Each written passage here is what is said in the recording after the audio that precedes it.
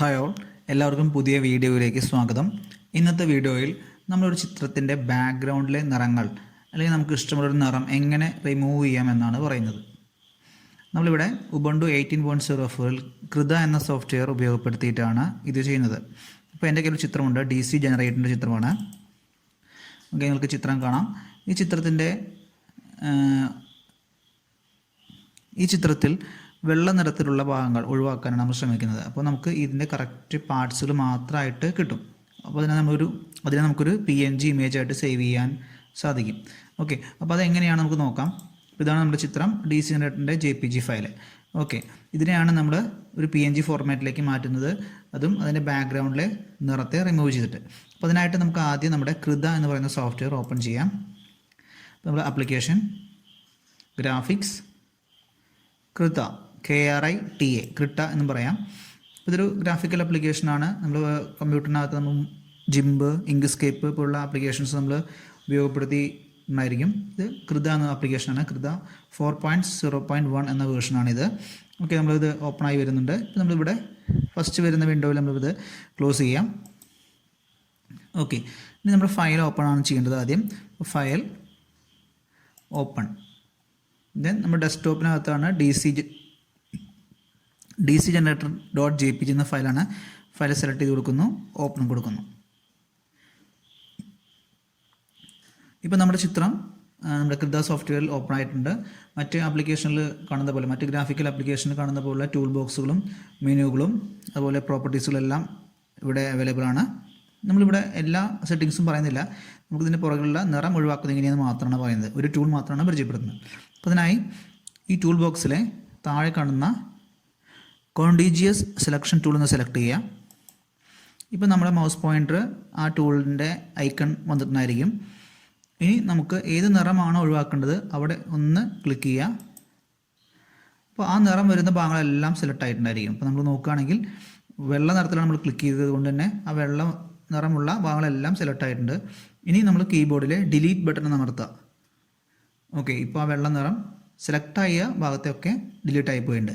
എന്നാലും ചില ഭാഗത്ത് പോയിട്ടില്ല, കാരണം അത് ആ ഭാഗം ഈ ഭാഗമായിട്ട് കോണ്ടാക്റ്റ് വരാത്തതാണ്. അതുകൊണ്ട് തന്നെ നമുക്ക് അതും കൂടി ഒഴിവാക്കാൻ വേണ്ടിയിട്ട് ഇപ്പോൾ ഈ ഭാഗത്ത് വെള്ള നിറമുണ്ട്, നമ്മൾ അവിടെ ഒന്ന് ക്ലിക്ക് ചെയ്യുക. അവിടെ ഒന്ന് സെലക്ഷൻ ആയിട്ടുണ്ട്, നമുക്ക് ഡിലീറ്റ് അമർത്തി അതും റിമൂവ് ചെയ്യാൻ സാധിക്കും. അതുപോലെ തന്നെ ഇവിടെയും നമുക്ക് വൈറ്റ് കളർ റിമൂവ് ചെയ്യാം. ഓക്കെ, ഇനി ഒന്ന് സൂക്ഷിച്ച് നമുക്ക് നോക്കണമെങ്കിൽ ഒന്ന് സൂം ചെയ്യണം. സൂം ചെയ്യാൻ മൗസിൻ്റെ സ്ക്രോൾ ചക്രം ഒന്ന് മുന്നോട്ട് തിരിച്ചാൽ നമുക്കത് സൂം ആവും. ഓക്കെ, സൂം ആവും. അപ്പോൾ നമുക്ക് കാണാം ഇവിടെ ഈ ചെറിയ ഭാഗത്ത് വെള്ള കളറുണ്ട്, നമുക്ക് അവിടെ നിന്ന് ക്ലിക്ക് ചെയ്യാം. ആ പോർഷൻ സെലക്ഷൻ ആയിട്ടുണ്ട്, അത് ഡിലീറ്റ് ചെയ്യാം.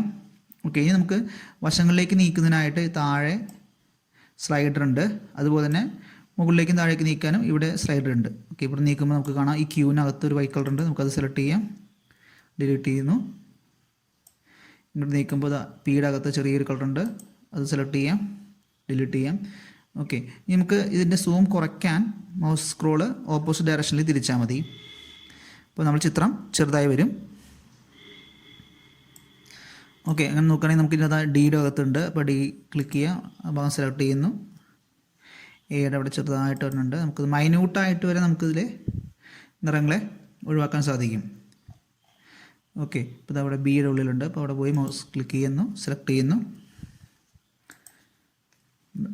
ഡിലീറ്റ് ചെയ്യുന്നു.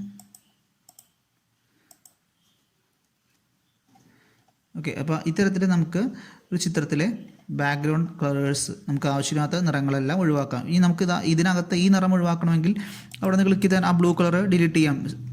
ഓക്കെ, ഈ രീതിയിൽ ബ്ലൂ കളർ വേണമെങ്കിൽ നമുക്ക് ബ്ലൂ കളർ ഡിലീറ്റ് ചെയ്യാം. ഇപ്പോൾ ക്യൂവിനകത്ത് ഓക്കെ, ഈ രീതിയിൽ നമ്മൾ ഡിലീറ്റ് ചെയ്ത ശേഷം ഇപ്പോൾ നമുക്ക് ഇതിൽ സെലക്ഷൻ ഉണ്ടെങ്കിൽ, ഇവിടെ സെലക്ഷൻ ഉണ്ടെങ്കിൽ സെലക്ഷൻ ഒഴിവാക്കുന്നതിന് വേണ്ടിയിട്ട് ഈ പുറത്തെ ഒന്ന് ക്ലിക്ക് ചെയ്ത് കഴിഞ്ഞാൽ ആ സെലക്ഷൻ എല്ലാം ഒഴിവായി. ഓക്കെ, ഇപ്പോൾ നമ്മുടെ ചിത്രം ഒരുവിധം നീറ്റായിട്ട് നമ്മൾ ബാക്ക്ഗ്രൗണ്ടിലത്തെ നിറങ്ങളെല്ലാം ഒഴിവാക്കി എടുത്തിട്ടുണ്ട്. ഇനി നമുക്കിത് ഒരു PNG ഫോർമാറ്റിലേക്ക് എക്സ്പോർട്ട് ചെയ്യാം.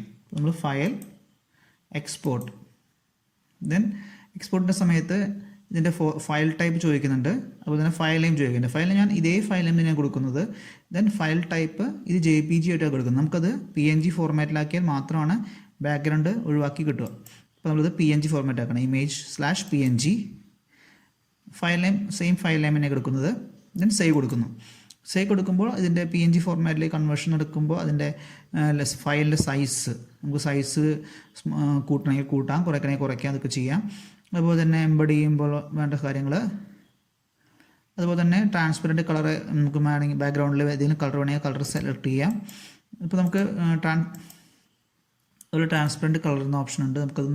ഇതിലൊന്നും മാറ്റങ്ങൾ വരുത്തുന്നില്ല. ഇത് നേരിട്ട് ഓക്കെ നൽകുക. ഓക്കെ നൽകി കഴിഞ്ഞാൽ ഇതിപ്പോൾ എക്സ്പോർട്ടിങ് കഴിഞ്ഞിട്ടുണ്ട്. നമുക്കൊന്ന് മിനിമൈസ് ചെയ്ത് നമ്മുടെ ഡെസ്ക്ടോപ്പിൽ നോക്കാം. ഡെസ്ക്ടോപ്പിൽ ഇതാ നമ്മുടെ PNG file, DC generator PNG file ഇത് ഉണ്ടായിട്ടുണ്ട്. DC ജനറേറ്ററിൻ്റെ നമ്മൾ ആദ്യത്തെ ഫയൽ ഇവിടെ ഇട്ടുണ്ട്. ഇത് നമ്മുടെ PNG ഫയലും നമുക്കൊന്ന് ഒന്ന് ഓപ്പൺ ചെയ്ത് നോക്കി നോക്കാം. അപ്പോൾ നമ്മുടെ ബാക്ക്ഗ്രൗണ്ടിൽ ആ വൈറ്റ് കളറെല്ലാം റിമൂവ് ചെയ്തുകൊണ്ട് നമുക്ക് നല്ലൊരു ഇമേജ് നമുക്ക് കിട്ടിയിട്ടുണ്ട്. ഇത് നമ്മുടെ ബാക്ക്ഗ്രൗണ്ട് ഉള്ളത് decenter.jpg ഫയൽ. ഇത് നമ്മൾ കൃതയിൽ പോയി ബാക്ക്ഗ്രൗണ്ട് ഒഴിവാക്കിയ ചിത്രം. അപ്പോൾ ഇതെല്ലാവരും ചെയ്ത് നോക്കുക. നിങ്ങളുടെ അഭിപ്രായങ്ങൾ, സംശയങ്ങളെല്ലാം നമ്മുടെ വീഡിയോയിലെ കമൻറ്റ് ബോക്സിൽ ഇടുക. Thank you.